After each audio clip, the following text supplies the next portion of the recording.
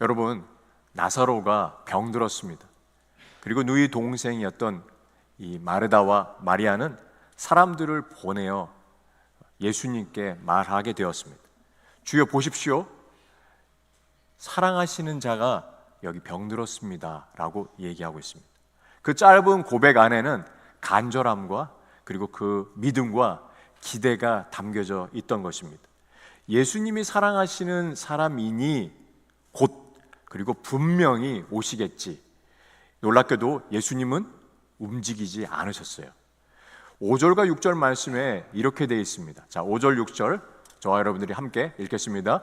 예수께서 본래 마르다와 그 동생 나사로를 사랑하시더니 나사로가 병들었다함을 들으시고 그 계시던 곳에 이틀을 더 유하시고, 5절 말씀에 사랑하시더니 6절 말씀에 이틀을 더 유했다라고 말씀 가운데 나와 있습니다. 여러분, 우리가 생각할 때 상식적으로 사랑하면 곧장 바로 해결해 줘야 되는 것은 당연하다고 생각이 듭니다. 주님이 그런데 사랑하신데 유하고 기다리고 있다라고 말씀하고 계세요. 머물고 계신다는 것입니다. 여기서 질문이 시작됩니다. 왜 사랑하신다면서 왜 머무셨을까요? 우리가 견디기 힘든 것은 고통뿐 아니라 지연될 때 우리는 더 큰 힘듦을 경험합니다. 기다림이 길어지고 상황이 악화가 됩니다. 그 흘러가는 시간 속에서 사람들의 마음은 처음에는 기대했다가 그리고 초조함으로 갔다가 서운함으로 가고, 그리고 이제는 서운함이 뭉쳐서 의심으로 가게 됩니다. 내면에 이런 생각들이 떠오르죠. 아니, 정말 사랑하시는가? 사랑하시는데 나를 정말 돌보고 계시는 것인가? 예수님은 나사로의 소식을 듣고 이틀을 오히려 유했다라고 머물렀다고 말씀하고 있습니다. 우리 인생도 이와 같습니다. 우리가 묻습니다. 하나님, 왜 이런 아픔을 경험하게 되었습니까? 왜 내가 고통의 자리에 가기 전에 도와줄 수 있는데 왜 그렇게 하지 않으셨습니까? 라고 그때 막아주셨다면 좀 더 힘들지 않고 그리고 이 고통스러운 시간들을 경험하지 않았을 텐데 라고 생각이 들 때가 있죠. 여러분, 우리도 마르다와 마리아처럼 원망의 자리, 아쉬움의 자리 가운데 머물 수 있습니다. 주님이 여기 계셨더라면 이 고백은 그들의 말뿐 아니라 우리들의 고백이기도 합니다. 그렇지만 본문은 오늘 정확하게 말하고 있습니다. 오늘 이 성경 말씀에 지연됨은 버린 것이 아니라 침묵은 무관심이 아니라는 것입니다. 주님은 가장 합당한 때를, 정확한 때를 알고 계시는 분이시라는 것입니다. 여러분, 그러면 왜 예수님은 기다리셨습니까?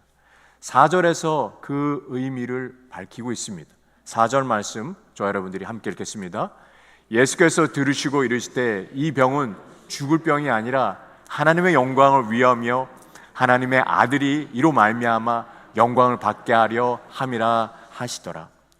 예수님께서 들으시고 이르시되 이 병은, 이 나사로의 병은 죽을 병이 아니라 하나님의 영광을 위한 것이다 라고 이야기하고 계신 것이죠. 여러분, 하나님의 영광, 우리가 이 말씀, 이 단어, 이 뜻을 알 것 같은데 또 오늘 이 본문을 통하여서 정확한 의미, 우리가 알쏭달쏭한 이 의미를 한번 찾아보며 더 깨닫는 시간 되기 원합니다. 절망은 깊어질수록 그 하나님의 영광은 더 선명해집니다. 여러분, 나사로의 죽음이 어떻게 하나님의 영광이 될 수 있었습니까? 이 질문에 답을 하려면 다시 한번 본문 39절과 40절 말씀을 찾아보기 원합니다. 자, 11장 39절부터 같이 한번 읽겠습니다. 시작. 예수께서 이르시되 돌을 옮겨 놓으라 하시니 그 죽은 자의 누이 마르다가 이르되 주여, 죽은 지가 나흘이 되었음에 벌써 냄새가 나나이다. 예수께서 이르시되 내 말이 내가 믿으면 하나님의 영광을 보리라 하지 아니하였느냐 하시니, 예수님이 무덤 앞에 서서 돌을 옮겨 놓으라라고 말씀하시기 전에 마르다가 말합니다. 주여, 오빠가 죽은 지가 나흘이 되었습니다. 그리고 냄새가 납니다. 여러분, 이 나흘이라고 하는 숫자가 중요합니다. 당시에 유대인들은 장례가 나고 나서 3일이 지나면 그 영혼이 완전히 떠난다라고 보았어요. 나흘이라면, 그렇다면 어떠한 소망도 남아있지 않은 상태입니다. 게다가 냄새가 나고 있습니다. 시신이 썩고 있다는 것입니다. 부패가 시작됐다는 것이며 돌이킬 수 없는 죽음이고 완전한 절망이며 그리고 가능성이 1%도 남지 않은 다 소멸된 자리라는 것입니다. 여러분, 이 사건의 상황을 우리가 한번 생각해 보겠습니다. 만약에 예수님이 소식을 듣자마자 달려오셨더라면 어떻게 되었을까요? 아마도 나사로는 병상에서 회복이 되었을 것입니다. 그리고 사람들은 말했을 것입니다. 예수님이 오시니까 다행이다, 나았네 라고 얘기했을 것이죠. 그런데 나흘이 지났는데 그 냄새가 나는 무덤에서 나사로가 살아나온다면 이것은 주님만이 하실 수 있는 일이다, 메시아만이 하실 수 있는 일이다라는 것을 알게 되는 것이죠. 그래서 절망이 깊을수록 영광은 더 선명하게 드러납니다. 그 40절에 예수님께서 말씀하십니다. 내가 믿으면 하나님의 영광을 보리라. 믿으면 본다는 것입니다. 모든 상황이 다 해결된 뒤에 그 영광을 알게 되는 것이 아니라 아직 돌이 옮겨지지 않은 그 자리에서 믿음을 통해서 하나님의 영광을 볼 수 있다는 것입니다. 여러분, 저는 이 본문을 묵상하다가 깨닫게 된 것이 있습니다.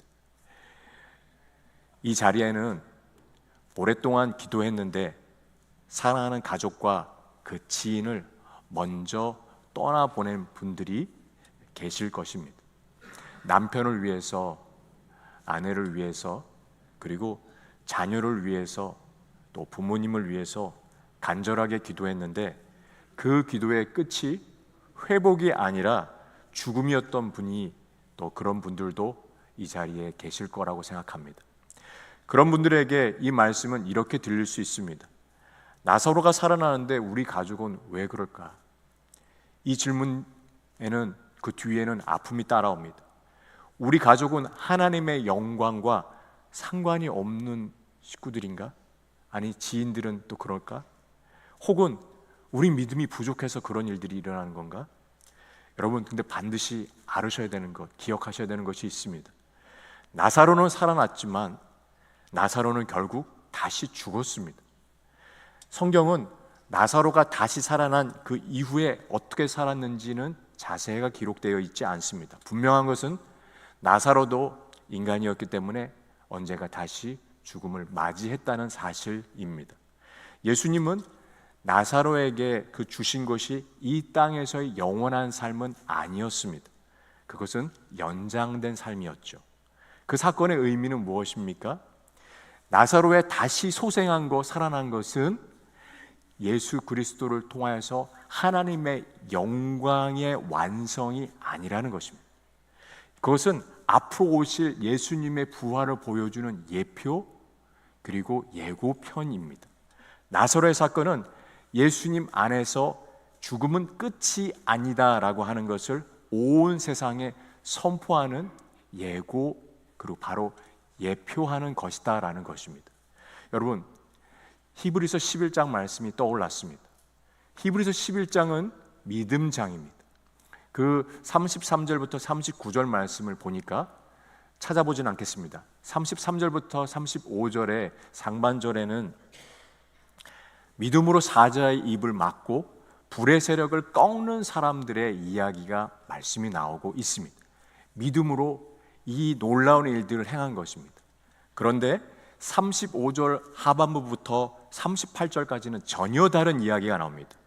믿음으로 조롱과 채찍질을 당하고 죽임을 당하는 사람들의 이야기, 톱으로 켜이고 칼에 죽고 광야와 산 그리고 굴 속에서 헤매는 사람들의 이야기 말입니다.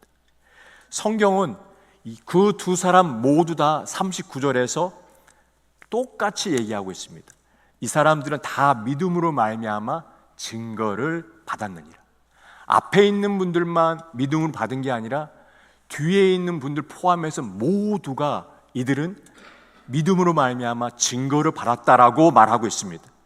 살아남은 사람만 믿음으로 영광을 받은 것이 아니라는 것입니다. 죽음을 맞이한 사람도 믿음으로 영광을 받았습니다. 하나님의 영광에는 이 두 가지의 형태가 있는 것입니다. 살아남을 통하여서 드러나는 영광이 있고, 바로 죽음을 맞이하여서 믿음으로 드러나는 영광이 있다는 것입니다. 여러분, 그래서 기도하는 가운데 사랑하는 분을, 곁에 있던 분들을 먼저 보내신 분이 계시다면 그 기도 속에, 그 눈물 속에, 끝까지 붙잡았던 그 신뢰 속에 하나님의 영광이 담겨져 있습니다. 살아남만이 하나님의 영광이 아니라는 것입니다. 그래서 죽음 앞에서 무너지지 않는 그 믿음, 그것 또한 귀한 하나님의 영광인 것을 우리가 깨닫게 됩니다. 여러분, 또한 우리가 여기서 알게 되는 것이 무엇입니까? 나사로 이야기에서 하나님의 영광이 완성되는 것처럼 보이지만 그 너머로 더 중요한 말씀이 있습니다. 11장 25절 말씀입니다. 함께 25절 말씀도 읽어보기 원합니다. 예수께서 이르시되 나는 부활이요 생명이니 나를 믿는 자는 죽어도 살겠고. 여러분, 예수님이 말씀하신 부활은 나사로가 다시 살아나는 것, 소생하는 것, 이 땅에 사는 것, 그것만이 아니라 죽어도 사는 것, 그것이 진짜 부활입니다. 이 25절 말씀을 여러분 믿으십니까? 여러분, 우리의 육신이 더 약해질수록 나의 마음 가운데 이 말씀을 더 새기며 그 부활의 영광이 기다리고 있다라고 하는 것을, 예수 그리스도께서 가셨던 그 길, 바로 예수님이 부활이요 생명이다라고 말씀하셨던 이 말씀이 나를 위한 말씀인 것을 여러분 믿으십니까? 이 말씀은 나사로를 위해서 하신 말씀이기도 하지만 2000년이 지난 오늘 이 자리에 있는 우리를 향하여서 말씀하고 있는 귀한 진리의 증거입니다. 여러분, 죽어서도 사는 것이 부활이라면 고린도전서 15장에 보니까 마지막 나팔 소리와 함께 죽은 자들이 썩지 아니할 것으로 다시 살아난다라고 말하고 있습니다. 요한계시록 21장에도 이렇게 약속하고 계십니다. 모든 눈물을 그 눈에서 닦아주신, 다시는 사망이 없고 애통하는 것이나 곡하는 것이나 아픈 것이 다시 있지 아니하리니 처음 것들은 다 지나갔다라고 말씀하고 계세요. 하나님이 완성하신 이 영광의 완성, 나사로의 그 소생은, 다시 살아남은 그것은 미리 보여주는 예표라는 것 말씀드리며, 완전한 영광을 향하여서 오늘도 우리는 조금씩 걸어 나가고 있습니다. 그것이 믿음의 길입니다. 우리도 언젠가 이 땅에서 나사로처럼 연장된 삶을 지금 살아가고 있지만, 믿음 안에서 먼저 간 성도는 부활을 기다리며 주님 품에 있습니다. 그리고 우리도 언젠가 그 자리에 가게 될 것입니다. 그때 눈물도 애통도 아픔도 없는 자리라는 것입니다. 여러분, 이 마르다와 마리아 그리고 나사로, 진심으로 사랑했던 예수님, 그리고 다시 마리아를 만난 자리 가운데 예수님은 어떤 모습을 행하셨는가 살펴보기 원합니다. 32절부터 35절까지 말씀입니다. 저 여러분들이 함께 읽겠습니다. 마리아가 예수 계신 곳에 가서 배웠고 그 발 앞에 엎드려 이르되 주께서 여기 계셨더라면 내 오라버니가 죽지 아니하였겠나이다 하더라. 예수께서 그가 우는 것과 온 유대인들이 우는 것을 보시고 심령이 비통히 여기시고 불쌍히 여기사 이르시되 그를 어디 두었느냐 이르되 주여 와서 보옵소서 하니 예수께서 눈물을 흘리시더라. 여러분, 예수님은 나사로가 다시 살아나게 되는 것 아셨습니다. 예수님은 이 하나님의 영광에 대해서도 아셨습니다. 그런데 예수님은 마리아와 그 유대인들의 모습을 보면서 우셨습니다. 예수님은 어떤 분인지 아세요? 울고 있고 그리고 힘들어하며 눈물 짓고 있는 우리의 홀로 있는 자리 가운데 우리의 외로운 자리 가운데 그 자리에도 예수님은 우리와 함께 하시며 눈물을 흘리고 계신다는 것입니다. 예수님은 십자가상에서 우리를 향하여서 아마 저는 눈물을 흘리며 그리고 그 죄의 자리 가운데 그 부활의 영광이 있기 전까지 예수님은 십자가에서 우리를 향하여 또한 저는 눈물을 흘렸다고 생각합니다. 예수님이 이 슬픔의 자리에 있는 자리 가운데 여기에서 진리를 바로 선포하지 않았습니다. 우리가 누군가에게 진리를 나눠주고 싶으시다면 먼저 공감하시는 시간이 필요합니다. 그가 갖고 있고 있는 최근의 상황 가운데 함께 손을 내밀고 눈물을 흘려주며 그리고 얼마나 힘든가 공감해 주는 것은 오늘 예수 그리스도를 통하여서 우리에게 보여주고 계십니다. 우리 한 사람 한 사람 삶의 자리에서 자녀들을 키우면서 또 그리고 직장에서 보이지 않는 곳에서 이 땅을 살면서 흘렸던 눈물 가운데 예수님 또한 우리와 함께 눈물을 흘리셨다는 것을 오늘 이 말씀을 통하여서 또한 알게 됩니다. 예수님이 눈물을 흘리셨던 것은 사랑하는 자들의 그 슬픔 가운데 위로하고 싶은 사랑의 마음도 있고 그리고 이 땅 가운데 죽음과 죄의 지배로 가득 차 있는 그 모습 가운데 또한 거룩한 분노로서 우셨던 것을 봅니다. 이 두 가지가 예수님의 눈물 가운데 담겨져 있습니다. 여러분, 오늘 그러니 혹시 이 땅을 살면서 홀로 눈물이 나시는 일들이 있다면 운전을 하다가 내 삶 가운데 힘든 일, 어려운 일, 그리고 가족에 대한 부분 가운데 가슴 한 구석에 흐르는 눈물이 있다면 그 눈물을 흘리셔도 괜찮습니다. 예수 그리스도께서 눈물을 닦아주실 것입니다. 예수님께서 함께 그 손을 붙잡아 주실 것입니다. 요한복음 11장 38절부터 42절까지 말씀 참 귀한 말씀인데 다시 한번 읽어보기 원합니다. 같이 한번 읽겠습니다. 이에 예수께서 다시 속으로 비통히 여기시며 무덤에 가시니 무덤이 굴이라 돌로 막았거늘 예수께서 이르시되 돌을 옮겨 놓으라 하시니 그 죽은 자의 누이 마르다가 이르되 주여 죽은 지가 나흘이 되었음에 벌써 냄새가 나나이다. 예수께서 이르시되 내 말이 내가 믿으면 하나님의 영광을 보리라 하지 아니하였느냐 하시니 돌을 옮겨 놓으니 예수께서 눈을 들어 우러러 보시고 이르시되 아버지여 내 말을 들으신 것을 감사하나이다. 항상 내 말을 들으시는 줄 내가 알았나이다. 그러나 이 말씀 하옵는 것은 둘러선 무리를 위함이니 곧 내 아버지께서 나를 보내신 것을 그들로 믿게 하려 함이니이다. 아멘. 나사로를 살리시기 전에 39절에서 이렇게 말씀하십니다. 돌을 옮겨 놓으라. 여러분, 죽은 자를 살리신 그 예수님의 모습으로 능력으로는요 사람들에게 돌을 옮기라고 말하기 전에 홀로 하실 수 있습니다. 그런데 일부러 의도적으로 돌을 사람들에게 옮기라고 말씀하고 계십니다. 여러분, 예수님은 죽은 자를 살릴 수 있는 그 전능한 분이셨지만 기적과 우리 사이에 막혀있는 돌을 제거하고 그 돌을 옮기는 것은 우리의 몫입니다. 그래서 이 돌은 우리 내면의 돌이기도 합니다. 우리의 삶에 이 돌들이 존재하고 있습니다. 이 돌은 주의 일을 가로막고 있는 것입니다. 그 기적을 가로막고 있는 것입니다.